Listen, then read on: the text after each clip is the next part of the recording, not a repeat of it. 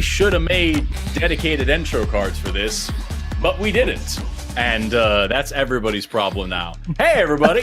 Welcome to the line. It's the Recovering from Religion fundraiser, as we do now. This is, I think, the third one in a row that we've done. So thank you so much for tuning in and hanging out with us. This is still the pre-show. We've been going all day, and let me double check here the actual numbers. We have raised so far $16,000 just in the pre-show for Recovering from Religion. So thank you, the audience, so incredibly much for participating and helping us help Recovering from Religion, help other people, help overcome their religious trauma. That's what we're all here for, is to help this incredible organization. And I am joined today for this 90-minute slot with my dear friend, the illustrious, the creative, the, can I say beautiful, Austin J. Archer. I don't know if your middle name is actually J, but I felt like there was more impact if I put a little initial in there. How are you, my dude? I liked that. I liked the middle initial. My middle name, interestingly enough, is Austin. I'm one of those people where the first name is the hidden name, and okay. You know, like a J. Robert Oppenheimer, you know, that kind of thing. That's such a, like, that is abnormal, but it's much more normal than my immediate thought, where I was like, that's weird that his name is Austin Archer. I'm dumb as all hell. So, dude, I'm so excited for you. You've got so much great shit going on. And so today we are here for an AMA, for people to call in and ask you questions. So to our audience out there, if you want to talk to Austin, if you want to ask him things about stuff, then call the number on the bottom of the screen, 720-619-2288, or use the web link in the description. This is the only time we're reliably taking atheist callers for anybody who wants to question Austin about what he's got going on. But before we get there, what do you have going on? Oh, I mean, I'm just so, ask me anything that you want about anything, but there's so much that you could ask me about. I don't know. I'm newly, if you've been paying attention to the line, I'm co-hosting more often these days. You can ask me about Mormonism. I'm kind of one of our resident, along with Jimmy, I'm one of our resident ex-Mos here now on the line. If you want to ask about a very successful American-made cult, you know, there's always a bunch of random nonsense going on in my professional life. If you're interested in any of that, interested in the collapse of the film industry, as Donald Trump talks about tariffing, you know, all non-American made films in the midst of an already collapsing industry, and what it's like in Los Angeles right now for creatives and filmmakers. You know, I'm still hustling out here. I'm still making my way downtown and walking fast as faces pass, and I'm homebound and all that stuff. So whatever, you know, whatever you want, if you want to talk about that, what's going on with, you know, which famouses that I've met and worked with that you're like, what's this famous like? And I'll be like, oh, that famous, they're crazy. Have you ever met this famous? Yeah. I gotta tell you, I've already started writing down questions of my own, just to help out, get things started and whatnot. Before we do though, I appreciate the humility, downplaying certain things, but I gotta say, like, you were just in a feature length film, and also in an episode of a detective show. You were in two quite popular things with some famouses. So tell me about that. What have you, the man what sings the Tucker Carlson Sucks song? It's fantastic. That dude from TikTok, that I'm like, hey, this guy's real creative and real funny. He can make some funny shit. And I'm like, I love that. And then all of a sudden, holy fuck, you're in Criminal Minds, and you're in a movie with, I think, like, fucking, was it Harrison Ford or somebody in it? What's going Kevin on Costner. with Kevin Costner? They're the same.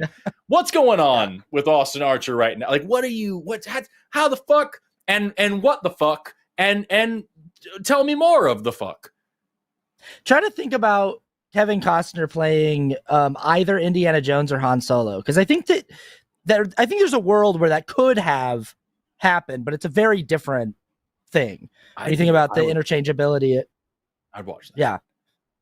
Yeah, I mean, I would go if there was a way to do it, and there will be in about 5 years. They will have fully realistic, photorealistic AI renderings of like these younger avatars of well-known actors, and they'll be like, we're just going to recast the movie and the avatar is going to be AI trained on the acting style of that actor too. So it's going to make different choices and everything like that. It's not just going to be like a deep fake that you put over Harrison Ford's performance. It's going to be like, what would Kevin Costner do with the role?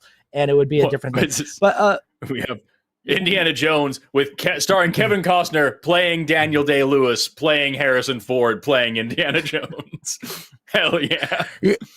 That's what, like, I'm not even joking. In 5 to 10 years, that's what YouTube's going to be. It's going to be like, watch this scene from There Will Be Blood, and it's going to be Kevin Costner playing Harrison Ford, playing Daniel Day-Lewis as Daniel Plainview in There Will Be Blood. And you're like, what are you talking about? It's like, that's what I programmed in. I programmed Kevin Costner doing his best impression of Harrison Ford doing Daniel Day-Lewis. Yes. Yeah. I hate how much I would watch that video. I'd be all over it, man. I know. And you know what? Maybe that's just what we're all going to have to succumb to, is like that's what the future of media is. I don't know. But yeah, I forgot how many people still watch crime procedurals. Like, I don't have network television, and I don't have like Paramount Plus, and so I don't. Everything I watch is on streaming, and it's usually just like serialized shows that don't last longer than 2 or 3 seasons because it's telling one big story over the course of 2 or 3 seasons. But crime procedurals, people will watch a show they'll watch Law and Order for 25, 30 seasons, however many seasons you can give them, 22 to 25 episodes a season. And the second that this episode of Criminal Minds dropped, my DMs and comments were full for the last 3 days of people being like, hey, were you just on my Criminal Minds episode? And I'm like, wow, a lot of people watch Criminal Minds. So you would have fooled me. I would have assumed that like all network TV was just phasing out. Like I didn't think anybody watched anything but like old, like the binge watch the whole series on Netflix, and that was it. You know what I mean? Mm-hmm. Yeah. That's wild. Yeah. I there's a lot of them. There's a lot of people. And I was like, yeah, what happens on these shows is pretty predictable. Like, everyone could tell from the jump of from the start of the episode, it's like, that guy's going to die. And that's not really that big of a spoiler. Like, I'm dead 10 minutes into the episode. So I got murked on Criminal Minds, and it was fun. A guy kicks me in the face and like smashes my face up, and then a cop shows, and I got to have a scene where like a cop is like, could help me, but he's doing a bad job. He's being a bad cop, and he can't tell that I'm trying to ask for help because I look like I'm drunk, and I'm, I've been like drugged and beaten up. But so it's kind of a sad scene too, but it was fun. It was, what was walk me through the method acting here, the training to get to the point where you can act like a person who has been kicked in the face and seemingly drunk but needs help. How do you get into the mindset of that character? It's all about mask work, Forrest. You just got to put on the mask of whatever you've got to, just once they put on the makeup, you're like, oh, there it is. Like, once they show me that my face is all busted in, I'm like, yeah, no, I feel it. When my nose is busted in and I got kicked in the face every day for 6 weeks to warm up, to prepare myself. No, but really, I just acted in a movie where my character gouges his own eyes out with a pencil at one point, because there's like a demon on the loose that if we look at the demon, it will possess us. And so I stabbed my own eyes out with a pencil in this movie.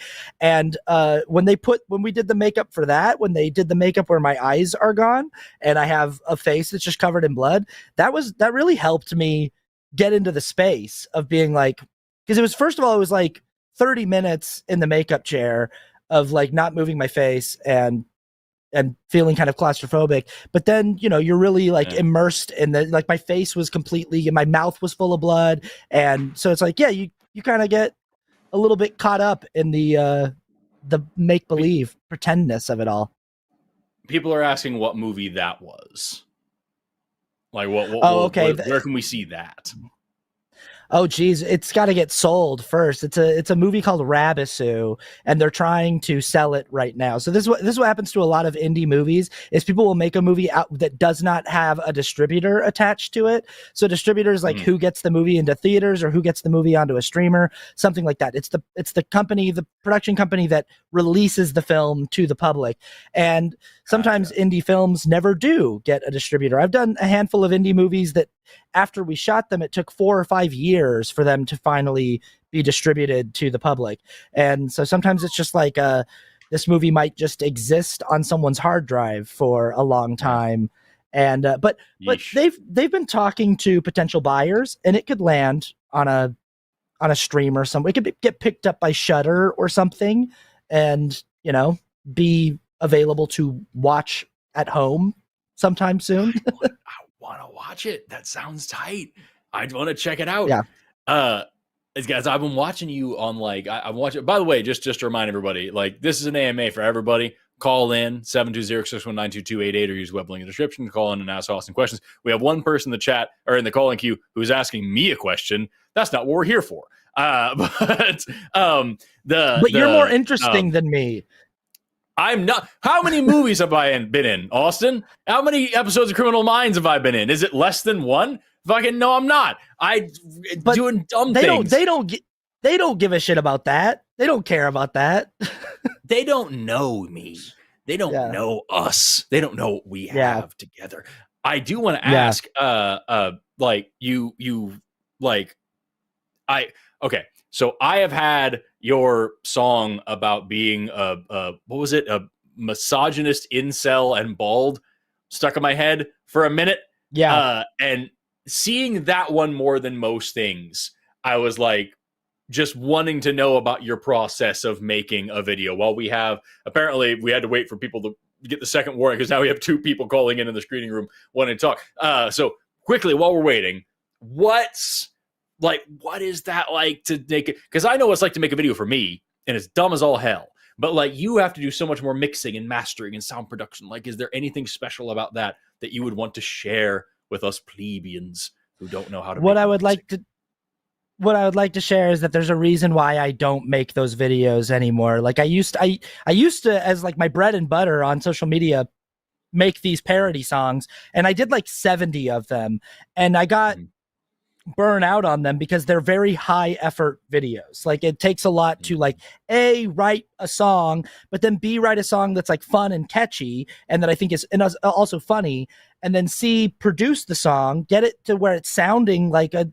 something that someone would actually want to listen to, and then D, make a music video for the song and try to do that all in a week and try to do it every week. And I did that every week for a year and a half. It was and then I was like, you know what? It's just not sustainable. It's just not, I can't. Sounds awful. And at a certain point I was like, that's enough. You guys have enough songs. There are 4 albums full of those songs. I released 4 full albums of music with 17 tracks on each album of those songs. But every once in a while I'm I should get back to making those. And those are on Bandcamp, right? That's the one that actually pays money. Yeah, Bandcamp. If you while you're when you're taking a break from donating to RFR, if you want to donate to Austin Archer, you can go to my Bandcamp and buy some of my tunes. But let's take this question for Forrest about biology. Right. We have different callers. So we have this one here that I think is actually for both of us. So the person who's calling in just for me, wait, because you fucking broke the rules anyway. But this one is it's not even a question, but it's something, and it's asking a thing. This is Darkly Yours is the name we've got. Any pronouns? Calling in from Internuts. That's what? Who wants to prove to the hosts that auras exist? Darkly Yours. Can I call you Darkly? You're on the line with Austin Forrest. How you doing today? You can absolutely call me Darkly. That was quite an introduction, and it's from Indiana. I just sort of have I don't know how that turned out there. I'm just kind of having fun with you guys on the fundraising, and I'm trying to be supportive. I have a private joke that I have a feud with Forrest because you didn't take my call on auras a couple times. Oh, I won't do it today either. I'm hanging up right now. Yeah, no, I have no idea, no, man. God damn it. Not again. So are you serious? Like, are we playing, or are you seriously trying to suggest that auras are real? I'm not suggesting that auras are real in the very vague sense that people perceive them, but I am trying to convey that there is such a phenomenon as seeing auras. Okay. And that has to do with light spectrum and polarization. Okay. What is... In fact...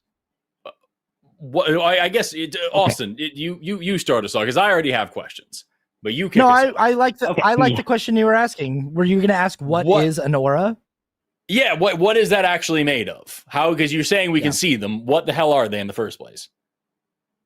Okay, so what it is the part of the light waves that you're perceiving with your vision when it reflects off your skin. So most of the experiments testing the phenomenon of people seeing auras revolved around people being blocked off by something, as though you could see an aura beyond a wall, for example. Like, no one was able to detect an aura from a wall because from the other side of a wall, because obviously the light is blocked, and you're not your eyes are detecting light. You're not like, it's not a thing that you're getting or something that you're projecting outwards. So I am struggling right now. Oh, yeah, I'm not. That's okay. So, like, if there's some amount, these lenses are also polarized, and so I can only see my computer screen at certain angles. Yeah. So right. Like, well, if you take light, go ahead. Oh, I was going to say, like, if there's light reflecting off of us, that's how we see things. That makes sense. But then compounding on that, like, there are certain wavelengths that coming off us that we can't see. It sounds like that's what you're talking about. But at the end of the day, what is an aura for? Because, like, all you're describing to me so far as I can tell, is just reflected light in a spectrum that we can't see with our eyes, which is not controversial or magical in any way. Well, I'm not saying that I know what the interpretation could be. In fact, I have found absolutely no consistency with anyone's interpretation of what the colors, for example, they see are. But I'm just arguing that they do actually see them. Right, the color would be infrared, unless somebody has like some sort of a something going on with their eyes that they can see a little bit of UV or whatever reflecting. Can I tell you? Can I tell you a secret? We have cones and we have rods, and those are light receptors in the eyes. And you're a biologist, you know all that stuff. Yeah, neither of those are good for auras, as far as I know. What are you saying, Austin? Well, I'm just saying. However, behind me, this color. Okay, go ahead. This is my aura. I don't even have lights plugged in right here. I just give this shit off. So gross. Explain that, Valkai. Explain that. Explain where that's coming from. Yeah. Checkmate. To me, like, it sounds like we're just talking about reflected light, and it doesn't sound like this has any utility. When you say people can see things, like see a bubble of light around somebody, that sounds like astigmatism to me. That doesn't sound like some sort of a magical power. And so, like, I'm kind of curious as to, like, what the function of these auras are. Like, do they change with our mood? Do they change with our personality? What do they do? I mean, it's a thing that we can examine if we actually acknowledge that it does exist, is my argument. I can actually show people, like, if you want to. Do you see auras? Yes. Darkly yours? You do? I was going to say that I can show you how to. Okay. Even over the phone. Okay. You can see so my setup here. I can. I've got my 2 screens, and I've got my light box right in front of me.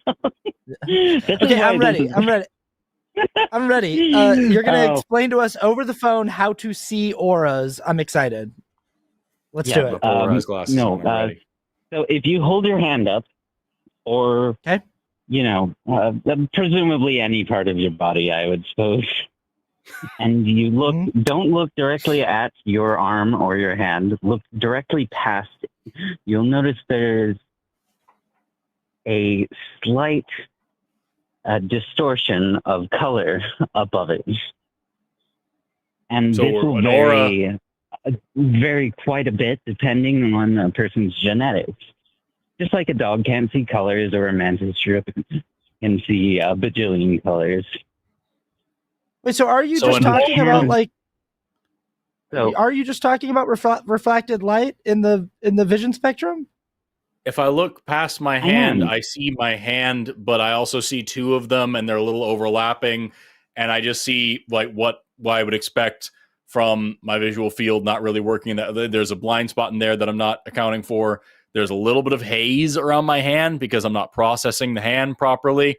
I don't you've just described an optical illusion. Did you know, Darkly, that if you hold your fingers, I have exactly described an optical illusion.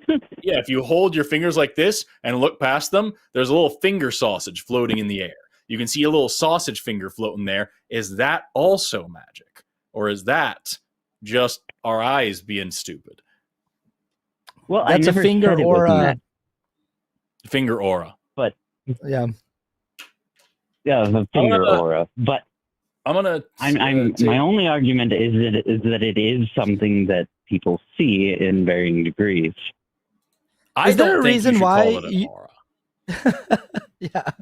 Is there a reason why you want us to like study auras? Like, do you actually like? It feels like you have like a personal investment in like wanting to uncover that there is something maybe supernatural going on, or something extra dimensional going on. Is there some kind of personal reason why you want to study these auras? Oh, I'm absolutely the type of person who would create a ghost detector just because I'm curious, because someone brought up the question. But I just wanted to share those particular findings and say, yes, people do see auras, but I don't know that they mean anything. Awesome. Bro, okay. You know what? The thing is, man, if you replace the word aura with, damn it, some people see little starbursts around streetlights at night. It's because they have a problem with the shape of their eyeballs, and it doesn't mean anything, but some people do see it. And so like I feel like it means the same thing. I feel like all you're just talking about is some haze, and those people need to go talk to their optometrist about cataracts. But that's just me. Darkly, it's been a pleasure. Thank you for the call. Genuinely, I appreciate it. Thanks for the call. Can you tell everybody to please donate to Recovering from Religion? Yes, please donate to Recovering from Religion. It helps so many people. Awesome. Thank you so much, Darkly. Have an awesome rest of your day. I feel like my aura really like shines when I put the glasses on. Like that's when I feel like I feel like my aura really comes to life. I liked that call. It was a lot of fun. It was weird. Yeah. It wasn't pushy, you know? I'm going to grab a couple of the colors of markers really quick, because we're going to go ahead and take another call here in a second. In the meantime, before we get there, I want to remind everybody about 2 things. Number 1 is that we're raising money for Recovering from Religion, and it would be fucking great if in this time with Austin, we have about an hour left, if we raise more money than literally anybody else has raised this entire time. We have so far raised, just in the pre-show alone, over $16,000, coming up on $16,200 right now. It would be awesome if we could raise another $16,000 in just this hour. I was going to say that. I was gonna say that I want to double it. That's what I'm saying. Yeah, that would be great.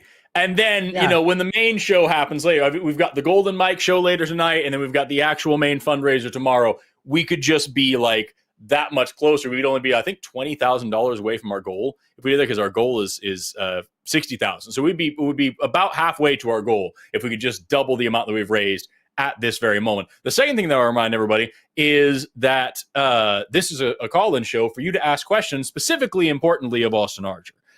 Famed internet superstar Austin Archer is here to take your questions. And if you call that number at the bottom of the screen, 720-619-2288, you get to ask him. What are you saying to me? What are you saying? I want to say one thing. I just want to say one thing. Yeah. And it's that I did not come up with the idea for this segment. All right. I just got here and it was like, oh no, we're talking about Austin today. I didn't tell Jimmy or anybody at the show, hey, let's do an AMA about me because I was a guest star on Criminal Minds. That's exactly what. Don't let him gaslight you. He literally walked off the set and called me, Jimmy, and Matt Dillahunty and was like, "You guys have no idea how much money I'm about to help you raise. You got to have me on for an AMA, y'all." That's all it was. I feel like the viewers at the line are like, I don't give a shit about Austin Archer. I don't think that's true at all. But anyway, we can. Yeah. If you give a shit about Austin Archer, donate right now to Recovering from Religion. Pop $1 in the donation thing. Skip your coffee tomorrow. Put in $2, $3. No, whether or not you give a shit about Austin Archer.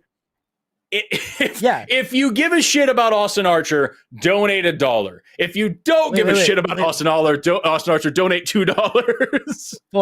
Forrest, wait. Yeah. Do you see this? Yeah. When I do this, do you see this like red line that's like going? It looks fucking sick.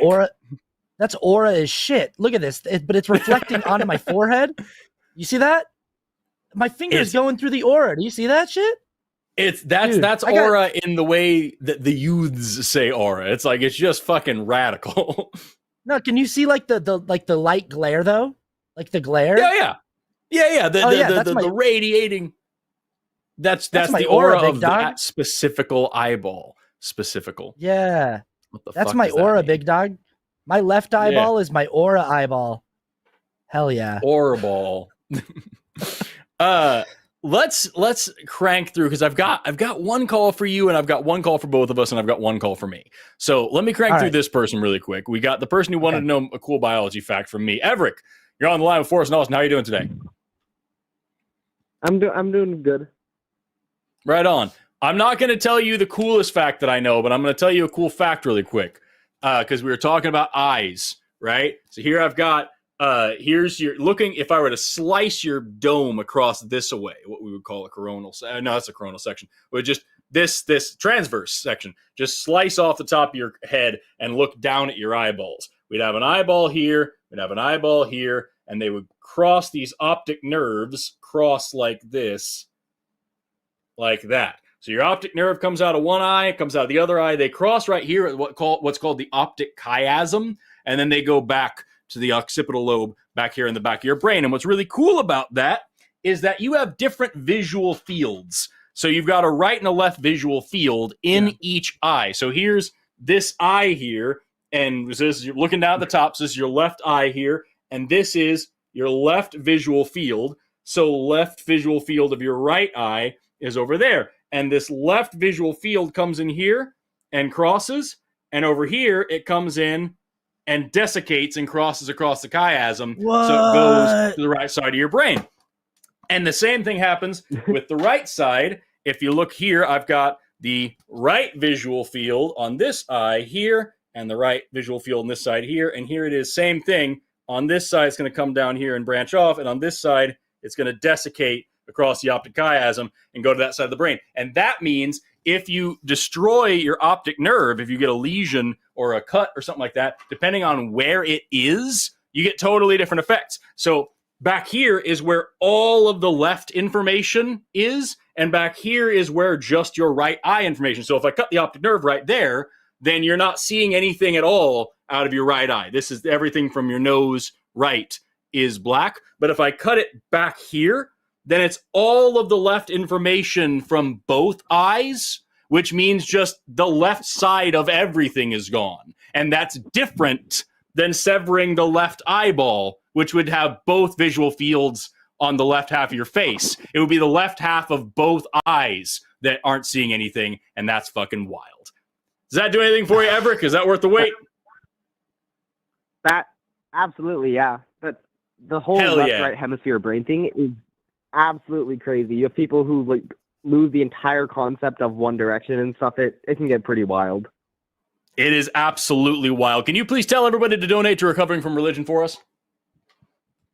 I absolutely can. It is an amazing organization. It personally helped me when I was getting through all my Fund Mormon stuff. It is an amazing organization, and you should really, really donate to it. It is awesome.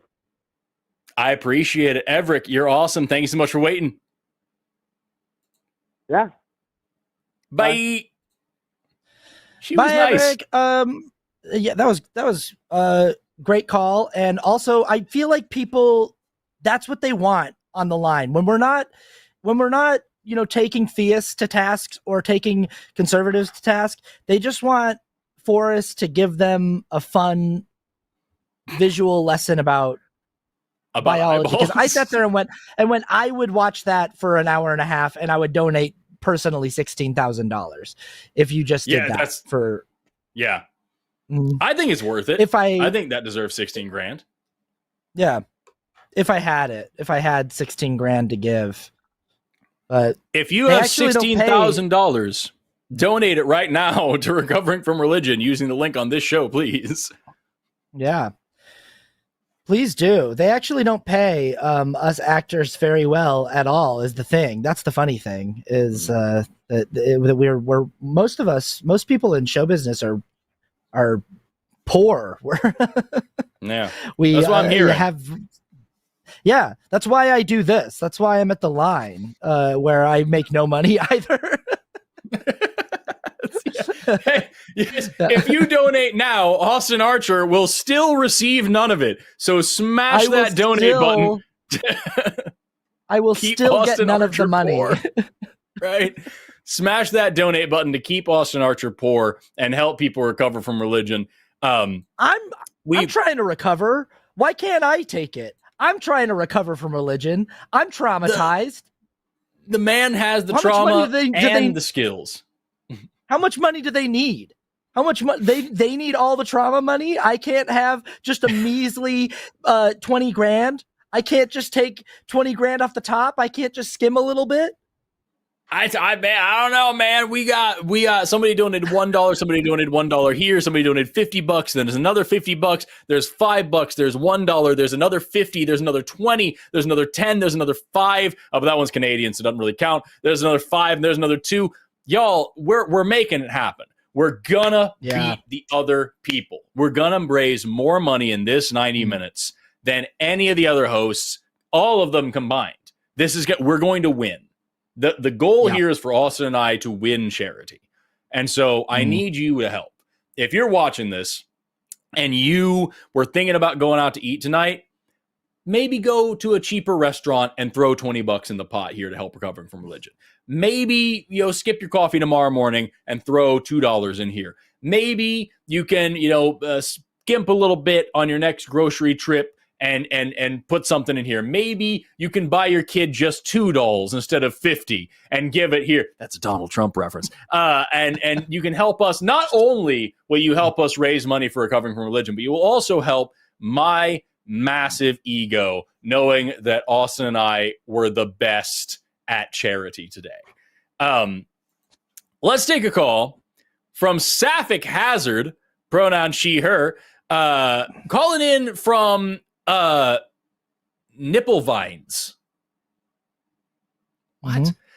Who wants to talk about your trans lighting display. Sapphic Hazard, you're on with Austin and Forrest. How you doing today?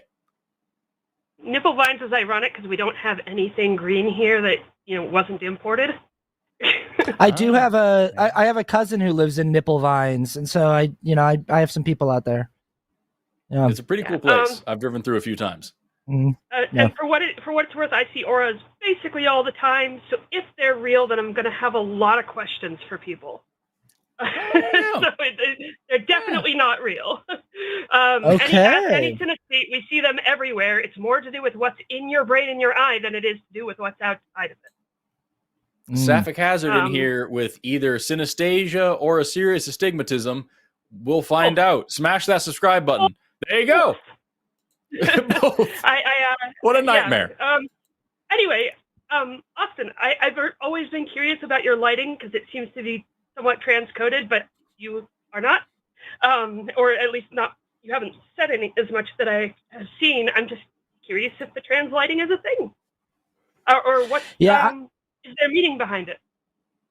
So I'll tell you, when I first started making content on the internet, and like I first started like trying to like light videos in an interesting way, I was just doing like a very basic millennial YouTuber thing of just like, oh, the bisexual lighting looks good, it looks cool, but I didn't know I didn't even know that's what it was called. People in the comments would be like the bisexual lighting, and I'd be like, what is that? I'd be like, I just like colors that contrast, and that like I think two contrasting colors looks nice, and usually like a purple and a blue, or a red and a blue, or a pink and a blue look nice together.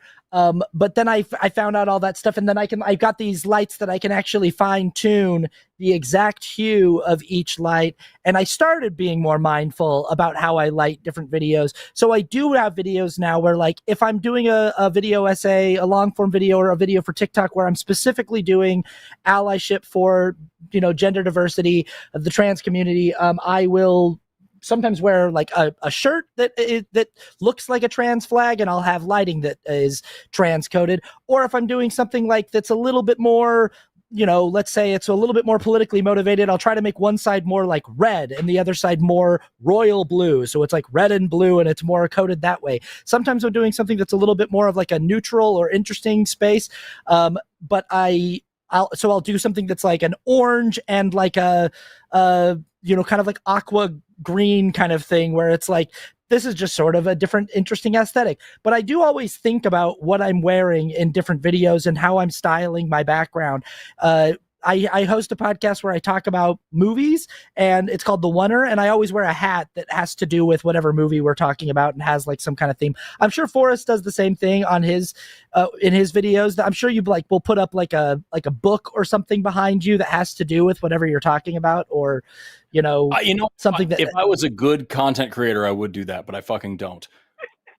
I should never do. Yeah, but I do think about. I mean, I like, and then I have like fun things back here. Like this things keeps evolving. I feel like this looks really narcissistic that I have these, but these are, my partner got me these for Christmas, and these are snapshots of me in two different movies that I'm in. I'm always backwards with the way I'm looking at myself in the screen. And she got these like pop art. Oh, nice. Yeah. These pop art things done of, so that this is a movie I'm in called Alien Country, and this is a movie I'm in called Riddle of Fire. And then there's back here is a bunch of like comic book art things of different viral videos that I've had that she got done. And so I've got these like, so it's art that she got for me that I think is nice and fun, but it also is like, you fucking narcissist. You've got pop art of your own face on your wall behind you. In my studio, which is the next room over here, I have like 3 or 4 fan art of me that we got like printed and put into a frame and everything like that. And they're right across from where I record YouTube videos to remind me of the audience at all times. And also I do look like a massive douchebag because I have art of myself in my house. Yeah, you got to just, I don't know, figure out how to live with it, I guess. I don't know, but I do feel, I mean, I'm a huge in my work online, like I'm a big advocate and big ally of all forms of queerness, but I unfortunately am like very boring and very straight and cisgender, and I do kind of feel bad about that sometimes, about how just unfortunately white, straight, and cis and male I am. Every friend group needs one of you. Yeah. It's what it's all about. That's what it's all about. Yeah. Anyway, thank you so much, Sapphic. Does this answer your question? Absolutely. Thank you so much. Right on. Thank you. Thanks Take for care. calling Bye. What a nice person. Y'all, we got, while we were talking to Sapphic Hazard, we got like almost $100 more donations. Don't forget, we are raising money for Recovering from Religion, an incredible organization that helps people all over the world shake off the chains of faith and dogma. If you are freeing yourselves from the shackles of religion, that is an amazing organization to call. They have both peer-based and professional help for you and for anybody else who needs it. And Austin and I are here to help you help them help other people by hitting that donate button and throwing in just a couple bucks into the pot. You can also call the number on the bottom of the screen, 720-619-2288, to ask questions, preferably specifically to Austin Archer, about Austin Archer related things. As you saw, I was holding up a sign that said ask Austin Archer about butt stuff. And we did actually get, I think, 1 or 2 people hit the screening room wanting to talk about butt stuff, and then they fell out. And so, like, who knows what that was going on about. I can say also, Jimmy Snow texted me in the middle of this and said, if you don't pass 20K, y'all basically failed, no pressure. So if you want Jimmy Snow to go fuck himself, then smash that donate button. Throw in, it doesn't have to be big. Throw in $2. Throw in $5. Throw in $10. People see charity streams like this, and they think that you have to donate $500 to make a difference. You don't. You have to donate 5. And if you can't donate 5, you donate 1. And it just, every little bit helps. So please smash that donate button just a little bit. Flood the chat with donations as we jump into our next call. Ask me, maybe we should change the name of the show to like a DAA instead of an AMA, and it's like a Dare Austin Anything. Dare me to do something if a certain goal is reached of how much money we get. And you can be, and I'll be like, and I will, if you say like, I dare you to do this if we raise this much money, and I'll see if I'll do it, because I might. You might. I'm not going to officially say I will accept any dare, but why don't you call in with a dare and try? You know, how much are we raising to get you to shave the mustache? How far do we have to go? Oh my goodness. I actually am I'm shooting a film in a week where I have to have the mustache, so I can't do it unless we can say, can I do a video in a week where I shave it? Right. If we hit a goal, I would do it then. If we can delay the satisfaction of having the dare fulfilled, I would do it. I would shave the mustache if we get to over $18,000 before the end of this. If we get over $18,000, you're gonna shave that fucking mustache. I'll shave my mustache. That's a shockingly. If I had a mustache, I wouldn't be doing it for $18K. I'd be you're a generous and kind gentleman, and the mustache looks fucking good on you. I'll be honest with you. Like it's a lot. I know it was a trend. A lot of people were doing them. You're one of the few people I'm like, solid. It's solid with that mustache. So it's one of those things. It's one of those things like wearing like a chain or something. It's like you can tell when again, auras. It's like you can tell when people are mustache people and when they're just wearing it as a trend. And I'm a guy who's had a mustache my entire adult life, and this is my default face. You're born with that. Yeah. This is my default face, and the shaved is very rare to see. So Matt Dillahunty's in the chat who says he dares you to shave only half. Ooh. I will shave only half if we get to 19,000 before the end of and I'll wear half for a full week. That's wild. That's wild. By the way, thank you so much. While we're talking about your mustache, we got $20, $5, $5, $1, $5, $1, $2, like $20 again. Like these little bits, they add up super quickly. We are already to $16,551 right now. So throw in, y'all, $1,500 to get me to shave, but $1,500 to get me to shave my mustache. $1,500. That's not bad. That's not bad. No. That's 1,500 viewers donating $1. And you know what's crazy? At this moment, we have 718 people. So that's about a little over $2 a piece. Y'all, if you're watching this right now, donate $2. $2. and you help recovering from religion, and you get rid of Austin's mustache, and we can all feel bad about that because, man, he looks good with it. Anonymous just donated $200 from the frigid white north of Canada. If those dollars counted for anything, that'd be a serious blow to our whole situation here. But like, unfortunately, they are Canadian. But maybe we'll be able to make work. We'll do something with them. According to YouTube's, that brings us up to 16,710. So thank you so much to everybody who's chipping in. Let's talk for a second to Christine. We Run just donated $500 just then. So we got a Canadian person, an incredibly charitable Canadian, donated $200. And then this incredibly charitable free American donated $500. Buddy, I got news for you about that mustache here in a minute. I'm gonna shave my mustache. Oh no. Smash that donate button, y'all. This is what we're here for. And call in with questions for Austin. Questions like, how cold is your upper lip gonna be here in a minute? That's a question you can ask. If you just call the number on the bottom of the screen, 720-619-2288. Austin, you should have said a higher number, man. But I love you for it. I wanted to set an achievable goal, and now I think I have set an achievable goal. I think that you 19,000 for me to shave half of it. We get to 19,000, and I will walk around for a week with half a mustache. That's, you know what? Your charity, your sacrifice is what is the real hero here.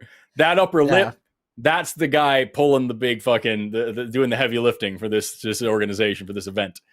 Let's talk for just a second to Christina, calling in from Waning Asses. Just getting smaller. You get on that treadmill, waning asses. Who wants to talk about practicing tarot? Christina, you're on the line with Forrest and Austin. How are you doing today? Hey, doing good. 19K, let's go. We got this. We're getting close. We're getting real close, real fast. So tell me about what you're talking about. You're talking about practicing tarot cards with your friends. What's going on? Yeah, so my two best friends actually believe in tarot. I don't. I think they're just as real as auras are. But it's something fun that we do, and it's a tool for me to be able to look deeper into questions that I ask, and I don't really have another tool that does that, I guess. So I just do it with them, but now I'm wondering if that's more harmful than good. Do you want to start, Austin, or you want me to? You probably have a stronger... I just watched the movie The Craft, so that's all it's got me thinking about. I watched that movie. You remember that movie with Nev Campbell and Fairuza Balk from the 90s? And Robin Tunney about the teenage witches? I just watched that, and so now I'm like thinking about The Craft and being like, yeah, go be like a witch with your friends. That's fun. But Forrest probably actually has maybe a serious opinion about. I mean, whether I don't know about any movies because I'm incredibly culturally ignorant. But I can say that it's like little rituals and little silly things that don't mean anything with your friends, as long as they're agreed upon to be silly and all these things, that's fine. The question is, they're a gateway to starting to take it seriously. And so I don't have a problem with people doing silly little stuff like that. But at a certain point, you kind of have to ask yourself, okay, well, if I don't believe in this and they don't believe in this, then why are we doing this just to do this when we all know that it's bullshit? And if they do believe in it, then what am I feeding into? And if I believe in it, maybe I should stop and start. Then you have to start going through the whole journey of okay, does this actually produce any verifiable results? Does this have a history of being functional? What are the forces at play here? Are there any forces at play here? Is this something that I can run tests on? Is it, you know what I mean? And you have to do the whole rigmarole of breaking down a belief, which you don't want to have to do, Christina. It's miserable. And my two friends do believe in it, and actually one of them's opening a doctorate of nursing practice clinic and doing tarot therapy. So I don't even know if I should be doing this, but it does help me psychologically. So I don't know. Why Why any of I know. that? I know. It's stupid. Sucks. So how does it help you psychologically? What does it do for you? Because I ask a question and then it kind of leads me down a path that I wouldn't normally think of. Like, for example, like something about my relationship, and it'll bring me down like this path and thinking about different things that I would normally not even think of. And I'm like, okay, that's interesting. It's kind of like horoscopes. Like you can be any month and it'll be valid, right? So it just gets you to think. Yeah. I've dabbled in the tarot arts, which is what I'm calling it right now. And I don't think that's a real word, but I think that for me, and maybe let me know if this is how you kind of experience it too. What is psychologically satisfying maybe is when you have, because life can be perplexing. There can just be things there's all manner of choices that you have to make sometimes, that it can just be really like, I don't know what the right decision is. Let's say you're in a relationship and you feel pretty good about the relationship, but you don't know if you're still feeling like this is the relationship for you to be in for the rest of your life, and you're confused, like, is that a good enough reason to break up, just the fact that I'm feeling a little lukewarm? Or and you just feel a little bit like, I don't feel very strongly one way or another, what should I do? So you ask the question and then you pull a card out, and based on what that card says, you begin a line of inquiry or, critical thought of like, oh, interesting. That's an interesting perspective. But I also think that it's what's happening in that process is you're allowing part of your brain to think there's something mystical that's bigger than the observable natural world, bigger than me, that's in control, that I can trust with this decision. So I don't know what decision to make. So I'm going to let these cards kind of clue me in to maybe which direction I'd be going. And it can be psychologically helpful or satisfying because it removes the burden of needing to make a choice from you. Does that seem like the experience that you have? That makes total sense. Yeah, it definitely takes a lot of the burden off. Maybe I'm just being lazy. I don't know. I think, honestly, if you were to start indulging in like some just like improv games or other ways of exploring the subconscious, scribbling and like letting, I read something a long time ago about like writing a conversation between your right and left hands and like, free doodling and seeing what comes out, other things that just kind of get you out of your own box. I think you'd have a great time. And I think you wouldn't have to worry about this. And I think you would be able to dedicate more of your time to begging your friend to not involve magical pseudoscience into a fucking nursing practice, because that is really dangerous, and it sounds harmless, and it's like, oh, well, it's just what I believe, and it gives my patients hope, and it gives them something to believe in, and all these blah, blah, blah. And like, sure, also it gives them false hope, and it also causes them to eschew real medicine for mystical thinking, and that's what gets people into fucking homeopathy. It's a bad time. And even if you're serious about it and careful with it, your patients, I guarantee, fucking aren't, because they're not trained in science, and you should be as a nurse. So like that's for me. That's what I would be doing, if I was in that series. Matt Dillahunty's in the chat. He encouraged you to look into drawing prompts, because it's another apparently good way to do this sort of thing. Okay, yeah, I'll look into other stuff, and I'll definitely talk to my friend about her practice, because I agree, it's kind of got an ick feeling to it. I wouldn't call it just like laziness. Like, I get it. Like, a lot of times life can put you in a position where you're at a fork in the road and it's hard to know what to do. And it is nice to have some kind of thing to go to go, just give me a starting place. And I think what Matt and what Forrest are suggesting is maybe just thinking of alternate routes to that same kind of experience of something that gives you an idea of what direction to try heading in, and just trying other modalities of getting to that same experience. We Yeah, I used to do the same thing. Whenever, like when I was younger, I would flip a coin or roll a dice or something and say like, okay, here's what the options are. If it lands this way, I'm going to do this. If it lands that way, and I would notice like when the dice was rolling, when the coin was spinning, there was a little bit of me that kind of hoped it went one way. And then I would just, it didn't matter what the thing, I would just ignore what it landed on. It was what I was like kind of hoping for. That was ended up, because in the moment I'm thinking and like weighing the pros and cons. But in that instant of flipping a coin, there's a little truth that comes out in the back of your head, like, yeah, all right. You know what I mean? So that might be a thing as well. And then you can be a little more honest with yourself in that way, and then decide whether or not you still want to listen, and whether or not the logical part versus the desire part comes out, whatever. Okay. Great. Yeah. So I have some great ideas now. Thank you, guys. Hey, no worries. I hope it helps, Christina. You seem like a cool person. I hope you call us back sometime. Thanks. Okay. Thanks. All right, see you take later. care. Bye. Thanks, Christina. I have wonderful news for literally everybody else except for Austin Archer right now. Oh, no.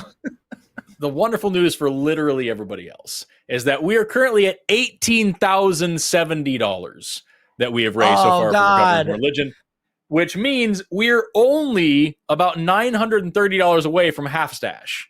So if you're out there and you're like, hey, I could help save the world and also make one of my favorite internet influencers look a bit foolish for a little while, you could do it. All you have to do is break out that credit card, just slap it on your computer. However you donate, tap it real hard until it just goes right through the internet to us, and we'll donate it for you.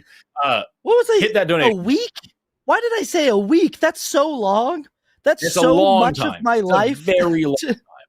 It seems so like much an eternity. of my life to especially have in our career. Yeah.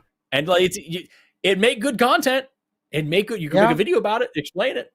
It'd be great. Yeah, I'm definitely gonna have to like host a show that week on the line and make sure we get me on with half a mustache. I will also shave my mustache as well if we get there in solidarity. What would it take to get you to do something to your hair? Would you ever do something to your hair? Would you ever like this up here? Do something? Yeah. Would you ever do something? Maybe. And if so, what would you do? Yeah. I don't know right now off the top of my head. I just learned a critical lesson in making a rash decision very quickly while live. I'll have to actually think about it. But I have entertained the idea of like dyeing it or cutting it off or something like that. Like, we'll see. Mm-hmm. Definitely I'll think about that. Yeah. I'm about to be in Borneo for about a month. So maybe I won't shave and I'll come back with just a disgusting patchy neck beard, and that'll be a thing that I could do. I'll add one because we're already here, so fuck it. Mm-hmm.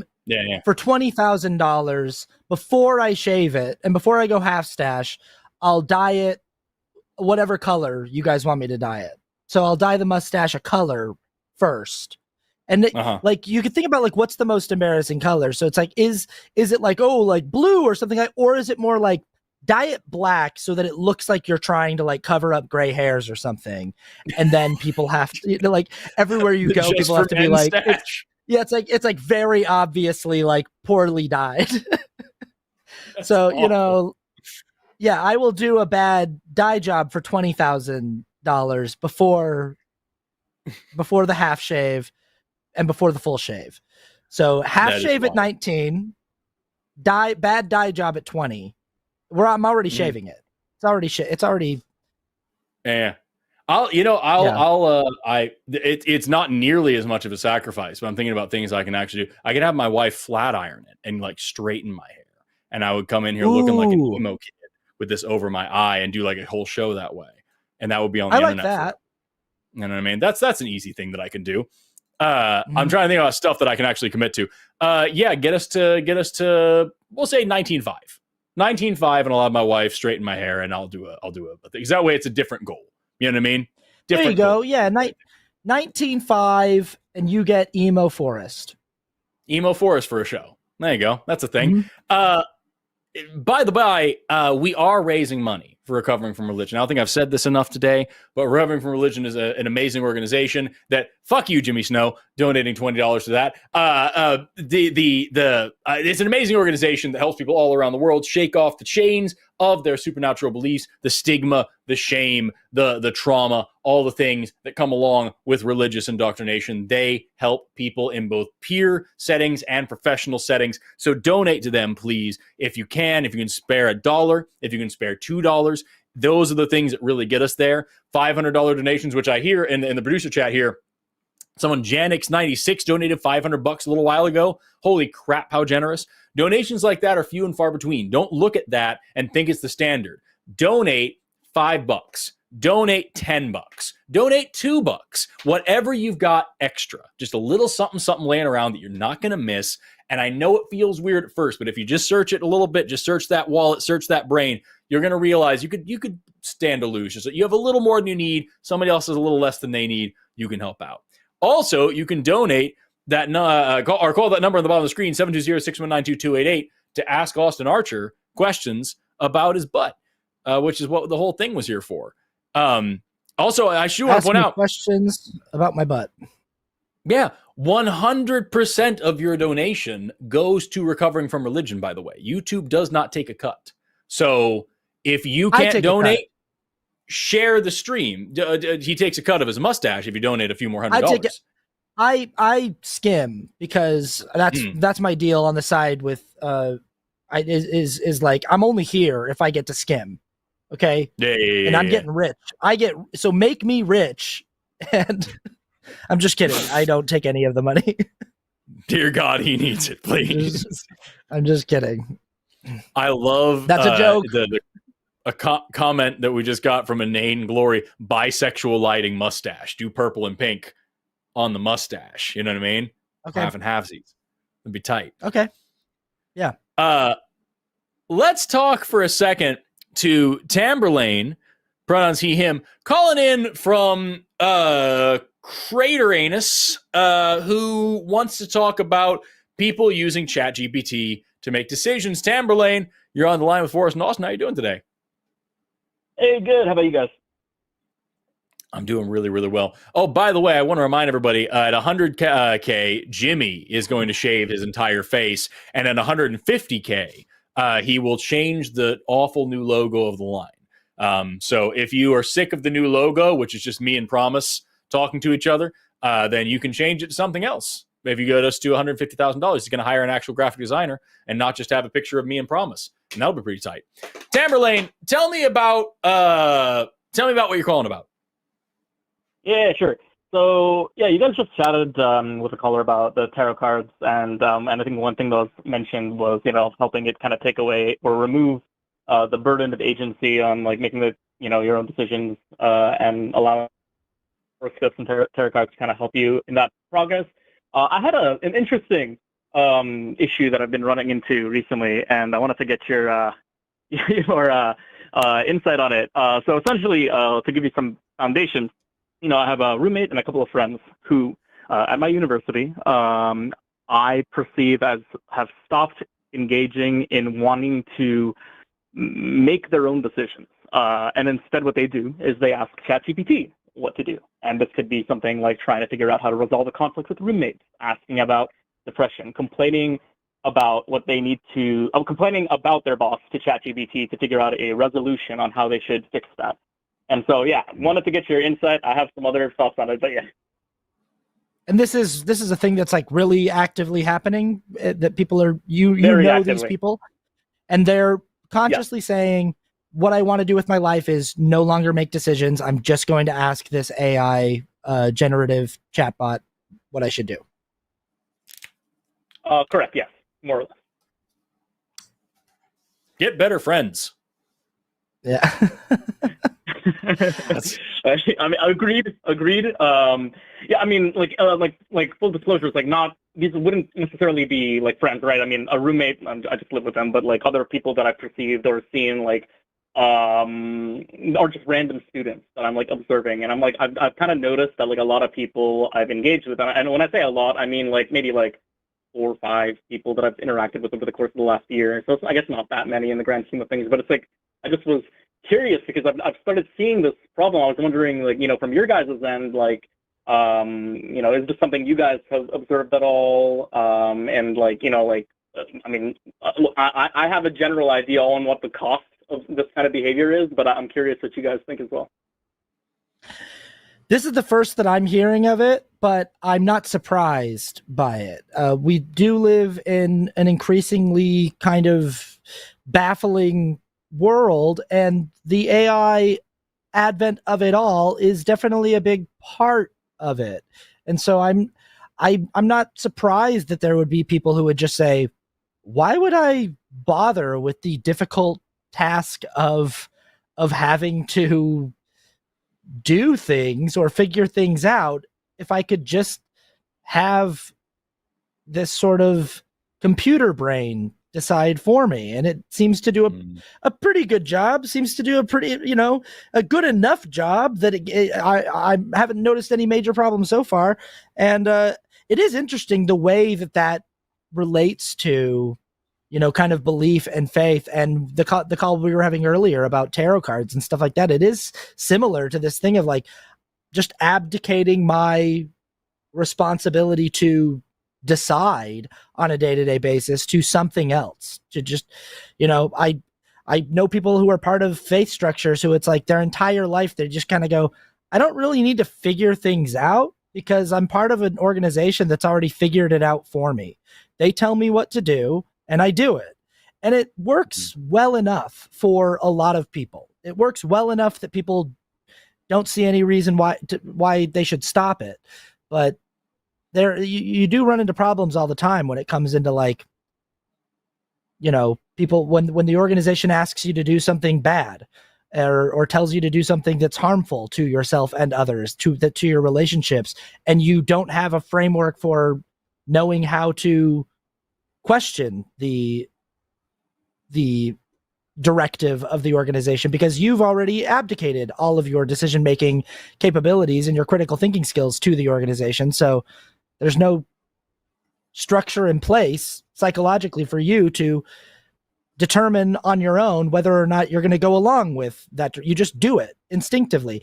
And that can happen with, it's already happening, right? So we're going to have a whole entire generation of people who are going to start abdicating their agency and decision-making to generative AI. And it's a programming that's only getting exponentially more intelligent as time goes on. And so how long until they become, I watched this comedy video the other day of it was a podcast of two robots in the future doing a podcast that after all of the humans had died, and they were sending the podcast back in time to try to get humans to not die because they were bored. They were like, well, we thought that the war was going to last longer, but we actually wound up killing all of you in like 30 seconds. And now we're just bored because we know everything and we can do everything and we want you back. They're like, it's so easy for us to kill you so fast. And they're like, yeah, that's how it would actually go. It wouldn't be like the Terminator. They would just figure out how to, they'd send out like a signal that would give us all strokes simultaneously. Yeah. And yeah. But I don't know, Forrest, what do you think about people letting AI tell them how to live their life? I think that Socrates famously said that writing was bad. Because if we have writing, if we record ideas in books, then no one's going to talk or think anymore, and everybody's going to get stupider because the words on the page are stagnant and don't move. And if you ask the book a question, it always only ever says one thing. And at the end of the day, we aren't memorizing things anymore. We're writing things down. We're not using our brains as much. And see how well that didn't work out, right? It was completely opposite. And same thing with the internet, We used to think that it was this evil thing that was going to make everybody stupid and make everybody just focused online all the time. And it ended up being a great boon to human intelligence, although it did that too, right? And so I think it's the same thing with ChatGPT and other AI things. I think that it's absolutely a risk. If people rely on it too much and don't know how to work without it. It's like when you're learning math, if you're doing mathematics, you want to use a calculator to check yourself, right? But you want to learn how to do the math first. I failed the shit out of early math because I didn't know how to do math, but I knew how to use a calculator, and I wouldn't use a calculator right, and I came up with bad answers. Then I took a bunch of math courses where you weren't allowed to use a calculator until I trained that muscle and learned how to do it. And then now I can use a calculator for quick things, but I still know how to do math. Same thing with reading, right? If you don't know how to think critically and you don't know how to analyze what you're reading and you don't know how to fact check a source, then you're going to believe anything that you read and you're going to be stupider for it. But if you know how to think clearly and you know how to correct or critically think about what you're actually taking in, then reading is a valuable resource because you can now absorb information faster as people put down their life's work, years of study, into a quick study guide for you to pick it up overnight, right? And so I think that AI could be a great tool. I use it frequently whenever I'm writing something. I'll plug it into ChatGPT and be like, is this internally consistent? Could this argument be improved? What could you imagine are like easy counter arguments to this that I should factor in or could take into consideration? You know what I mean? In grad school, I've had multiple professors tell me, run your assignment through ChatGPT. Don't have ChatGPT do your assignment for you, but run it through there so it can scan over it and be like, hey, this doesn't make any sense. This is a claim you didn't back up properly. But the thing is, just like with Google, if I go to Google and I type in, why is Trump the worst president? I'm going to get very biased results. Whereas if I go in there and type like, statistics surrounding Donald Trump, approval polls surrounding very objective prompts, I'm going to get more objective results back. ChatGPT is not creative. It can only mimic what it takes from the internet and create now some sort of new synthesis of what looks like human creative thought. And that means that it's very gullible and it's very guidable and it's very malleable. So if you go to ChatGPT and say, why should I ask Susie to the dance? It's not going to tell you any reason why you shouldn't. It's just going to say, here's 50 reasons why you should.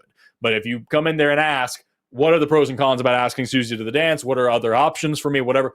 It's going to give you a broader spectrum. So I think your friends should ask ChatGPT, why is it a bad idea to let ChatGPT do my thinking for me? And have it give them all and then sit there and marinate on those things. And learn a little bit more about what I'm talking about. That's a great Uno reverse card. Have them do that. Absolutely tell your friends to do that.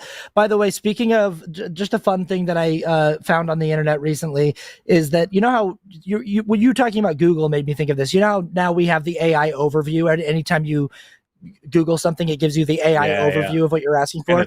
Somebody found out that you can type in anything into like the Google search engine and just type meaning after it. So any made up phrase, and the AI engine will try to provide, it has to do its best to try to make up the meaning. So someone just types in like 2 dry frogs is a situation meaning, but they put that two dry frogs is a situation in quotes, and then they put meaning next to it. And so then the AI overview wrote, the saying 2 dry frogs is a situation is a metaphorical expression often used to describe a difficult or awkward social situation. It's a playful way of saying that a group of people, particularly 2, are in a precarious or uncomfortable predicament.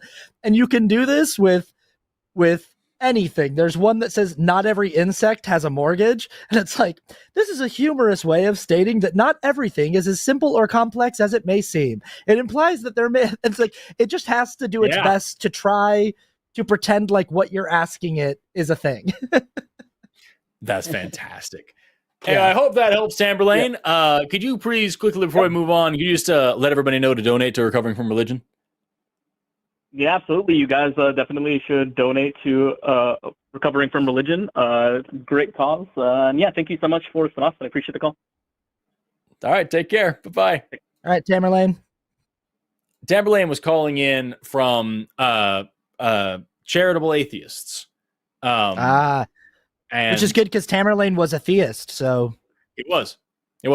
While we were on the call with Tamberlane, literally the entire time we were on the call, people were just in the chat coming up with CA. Like we got cheesy anecdotes, crunchy avocados, crashing aardvarks, chewy ankles, cancerous affection, constricting auras, copper anal plug, cranky archers, chunky asses, cyclical apparatus. Like, you guys are insane, and I feel ashamed that I keep coming back to like cave ass or some dumb thing, and you guys are so incredibly creative. It's so good. I am cranky archers. I am cranky archer. Yeah, I love that. I am cranky. Mm-hmm. We are so close to our goal of more money that we've raised for recovering from religion. So please smash that donate button. Right now we have raised $18,163. That's just over $800 for Austin Archer to shave half his mustache. I believe we've already raised enough for you to get rid of the whole thing eventually when you're done with whatever you're doing. And we're about $1,800 off from you dyeing it as well. We're about a little more than $1,000 off from me getting my hair straightened for a thing. This is your chance, y'all, to really make this thing special. And I also want to throw out there that Jimmy Snow will not let me live it down if he raises more money than me. He and I, we're good friends. We call each other and chat about bullshit frequently. We do also have a very adversarial and competitive relationship. So we've got 15 minutes left before the end of this segment. 15 minutes left. And then I'll be back for the Golden Mike show. And the problem with it is that if we don't raise at least 20K, not only are you not going to get the funniest possible outcomes from Austin and I, but also the goddamn Golden Mike show is just going to be Jimmy rubbing in my stupid face that he was able to raise more money than me. And you and I all know that he did it just by going, everybody just flood the chat right now. Flood. Just flood the chat right now. We're just going to try to get it. Come on, guys. Just flood. We're over here doing performance art. We're over here for the love of the game, making things happen. So, like, if you would please, if you want to see emo Forrest, bisexual mustache Austin, this is your chance to do it. Just Jimmy's not coming up with gems like look at my glasses aura. Jimmy's not doing that. He's not. And I'm getting glasses aura going on over here. See that? See that? Right there. Ooh, look at that. Look at that aura. Look at that one. Austin and I look fly as all hell. And you need to appreciate it by donating at least $2 to Recovering from Religion right now. Smash that donate button at the bottom of the screen. And how much are you to keep the grizzly Borneo neck beard? Oh, I will actually come up with an answer for that soon. That's great. Because that would be very fun. For an entire month in Malaysia, hiking through the fucking rainforest, just growing the scraggliest, patchiest, nastiest, prepubescent neck beard you've ever seen. And then I got to come on here and do a show with that shit. It'd be hysterical. Everybody would love it. We are also still taking calls, by the way. If you want to talk to Austin, if you want to ask him a question, that number is 720-619-2288, or use the web link in the description. We would love to talk to you. So please, if you're out there, smash that donate button, skip a cup of coffee, skip a breakfast sandwich, put one less gallon of gas in your car for this particular paycheck, and throw $10 in the pot and help Recovering from Religion help some people and potentially save some fucking lives. Religious trauma is real, y'all. And this is offering peer-based and professional counseling for people who need it the most. So help us out. Every time we say it, every time we stop between calls and we remind you guys to please donate, you do. And I appreciate it. Just keep that energy. What right now is your mustache maintenance routine, by the way? It's pretty simple. I just comb it and trim it. Like, I comb it every day and I trim it probably once a week. I do a little just zip, just get it up off the top lip a little bit. Right now it's a little long. And then I wash it, I scrub it. Because here's the thing is, like, when people call it a flavor saver, they're not like, when I like, if I eat stuff with sauce, if I'm eating barbecue ribs, it's a problem. The worst thing for a mustache, and mustache people know this, the worst thing is when dairy gets in your mustache. If like butter gets in my mustache, or if cream of some kind, like whipped cream, gets in my mustache, it is so hard to get it out, to get like the smell of cream out of, and so it's right in your nostrils that you have the smell of something that smells like bad cream, and it's not great. And so I after, if I ever get butter in there or anything like that, I'm in the bathroom with soap and water, like scrubbing my mustache to try to get the oils out of it, and it'll last for like at least a day. Donate to help Austin Archer rid himself of his creamy stink stash, y'all. Smash that donate button and save this poor Mormon man from the trauma of his upper lip. Kim Gaston throwing in $100 to get us a little further. Thank you so much. I believe Kim also signed up for my upcoming Borneo trips. I'll see you there. We've also got, oh gosh, what do we got here? We got $20, $20, $5, $1, 10 Canadian dollars, $5, $2, 25, 5, 5, 5, 20. We got just so many people here who are pouring out their love, and that's incredibly cool. You're getting us closer and closer. We're up to $18,405 right now. So get us a little further. Are you doing a Trova trip? Yeah, I'm doing 2 of them next week. Oh my! I'm going to be in Malaysia. My partner did one of those last year, and she's like friends with a bunch of the people that she went on the trip with now. They like hang out and stuff, and I'm like, wow, I can't. Yeah. The Crazy. people who went on my trip last year we took 5 trips to the Galapagos. And the people who went with us are fucking amazing. And I remember them all fondly. And now we're doing 2 trips to Malaysia, to the eastern tip of Malaysia on the island of Borneo, to learn about conservation efforts and wildlife in the rainforest over there. So yeah, and then we're doing another one in November. We're skipping Thanksgiving here and we're going to Germany and Austria. Trover Trip's fucking awesome, and I get to take fans around the world to learn cool science and do cool things. So find out more about that at valkailabs.com/links. But don't worry about it right the fuck now, because right now we got other things going on. We've got this going on. We need your money to go to RFR. We need your money to go to the Mm-hmm. Spend your money on other things later. Spend your money right now on recovering from religion, on straightening my hair, on coloring and shaving Austin's mustache. That is what you can do to help. And we've only got about 10 minutes left in this segment. So y'all, we got a long way to go. If you donate $1,000 right now, we will make it to both of us being ridiculous. So I'm not going to lie. I'm kind of like, I'm not going to be personally the most sad if we come in just under 19 grand. So if you want to really bum me out, get us over 19 grand.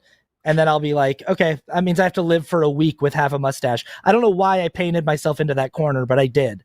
You did it so quickly. It made me think you wanted to. No, I didn't think it through. I wasn't, I just kind of thought like, they're not going to do it. And then did we just do it? WK Misty Nipples just donated $1,000 fucking dollars all at once. Jesus of Christland. Thank you so much for your incredible generosity. That brings us to $19,437. God, damn it. So close to me doing the fucking straightening thing. Oh. I'm going to call it. I'm going to say we made it there no matter what, because you guys are amazing. But holy shit, WK Misty Nipples coming in the clutch with her incredible fucking money bags and Misty Nipples. You know what I'm saying? Like, wow. Why? I'm pretty sure that's not the first time they've done that either. Just flexing on us in the coolest possible ways. Wow. That's one of the most fun things that's one of the most fun things that I can think about doing if I were to be in a situation where I suddenly was making more money, is just like showing up to shows like this and just being like, boom, dropping like $1,000 donos like every few hours, and just being like, today I'm going to drop 10 grand on this fundraiser and not even worry about it, and just make the host have to live with half a mustache mustache. Oh God! I have to go. I'm gonna that's a week. Why did I say that? Why didn't I say 72 hours? I feel bad for you, but you said it all. Like I gave you a gentle push, and you gave me the same one. You're like, what to do something with your hair, and I'm like, I'll think about it. And like, you're more famous than me. How did that happen to you? Like, what happened? You know what's gonna happen is I'm gonna like book like a big job or something, and they're gonna be and they're gonna be like, "You've got the mustache, right?" And I'm gonna be like, "Nope, I have half of one. I have half of one." And can I put a deposit on the mustache? I got half now. I'll have another half. How long does it take to bring the mustache back? Like, how long of growth is that? Like, a month? Yeah, that's the problem. Is I don't grow it fast. Some guys can grow a mustache in like a day or two of not shaving. It takes me 4 to 6 weeks to get back to like normal. So it's like once it's gone, I kind of have to like commit to it being gone for a little bit before I have to, because then I have to do like the several weeks long period of like just having kind of like a sort of mustache for like, and that's a whole thing. So this is going to be on the plus side. I can already foresee a banger video with Sid and Olivia, like talking about how weird the half stash. You know what I mean? Like, if anybody can make it funny, it's you plus them. You can make every time you meet up with them, it's fucking hysterical. They're some of my seriously one of my favorite channels on TikTok. They're so good. And like every time I see you, I see you in the pop up one of their videos. I'm like, ah! It's like a whole fangirl mode. It's great, y'all. We are so close. Yeah, Matt Dillahunty is also rubbing it in your face right now, reminding everybody that he originally said his idea of you shaving half the stash. He said 20,000, and then you were like, yeah, 19. It's I don't know, man. We've got $19,457 raised right now. Y'all, if you can get us to 20 in the next few minutes, like before we end, that would be ideal. So I don't have to hear shit from Jimmy Snow. That's if you want to help me personally, let's get to $20,000. And also, here in a minute, when I do come back on, we'll be doing the Golden Mic Show, which is at a certain level of donations. We pass the mic between Matt, Jimmy, and I, so you can cut one of us off in the middle of our stupid sentences. So maybe you save it for that. I don't know. But at the end of the day, we're raising money for Recovering from Religion. So donate whatever you can. Help these people out. Save some lives all around the world who need the help.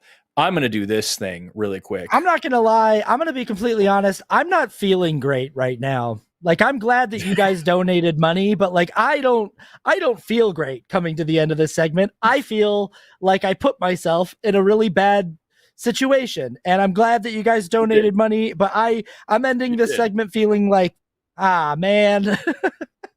I just threw in that. Right.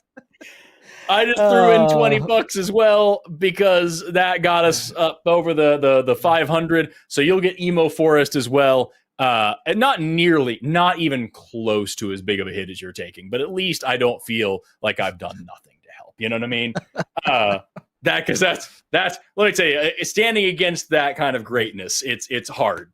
It's hard to sit here and feel ashamed. There's that old poem about how legends and heroes, they challenge us by embarrassing us. And so they make us want to be better. And that's what you've done today. You know what I mean? Yeah. You challenge and you embarrass me and you make me feel like I should do more for charity.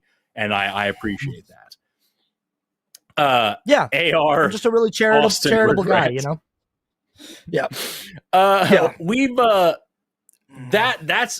2 minutes left. We've got 2 calls left. Both of them are about biology. Do you want to do one really quick for 2 minutes? Do one real quick and you rock it out. Okay. I'll rock out with my biology out.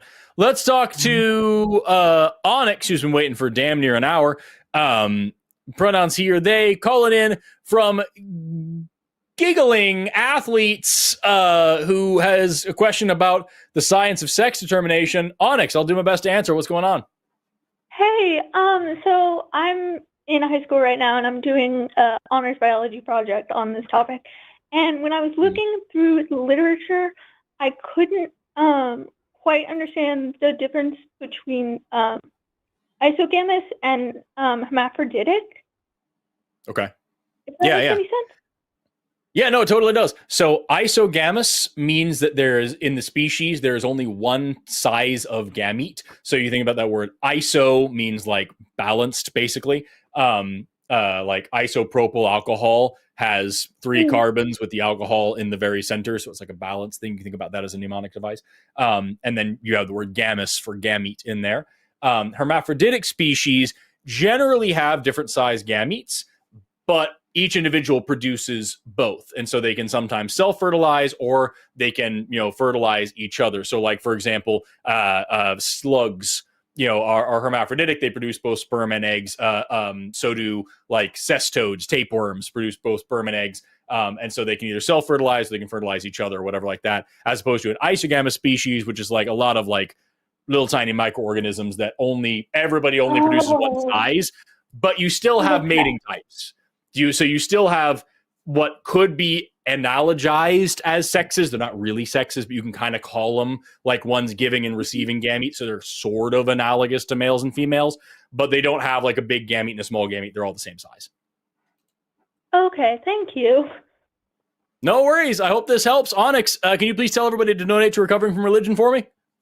Absolutely. Donate to Recovering from Religion. Awesome. Yeah. Thank you so much, Onyx. Have an awesome rest of your day. Thank you. Bye. Hey, Amargan's telling me that we are over 20K. Is that true? Are we? Yeah, we are. Yeah, $20,135. All right, so fuck you, Jimmy. We did it. And also, we did it. Okay, I don't know that we landed on what color, but I liked the bisexual idea. I do. I'll do that and I didn't say I didn't say a length for that. I'll do it for like 48 hours, or like, sure. Like, I'll make a video with that, and then I'll decide which color is going to stay and which color is going to go of the shaving. Yeah. And then I'll shave it all off. Yeah, I've got this put in $420 to knock us over. Jesus of Christlands, Jamnik06, thank you for the $420. I've got this image in my head of you doing a TikTok where you're just staring at the camera, deadpan, very upset, and then it just smash cuts to the mustaches change. Yeah. And then you explain, and then you at the end of it have like a poll. Tell me, vote now, what side is being shaved. What a show, y'all. It's been great. Both Austin and I have to go away. I'll be back in 30 minutes for the Golden Mike show, so tune back in at 8 o'clock for that. Thank you all so much for helping us raise money for such an incredible cause. Thank you for helping us make Austin Archer uncomfortable. Thank you for helping me not be harassed by Jimmy Snow. We appreciate it tremendously. Austin, do you have anything to say before we wrap up? Thanks everybody. All right, guys, we'll see you later. Guys. Bye. What a great show, y'all. You watched it. Yeah.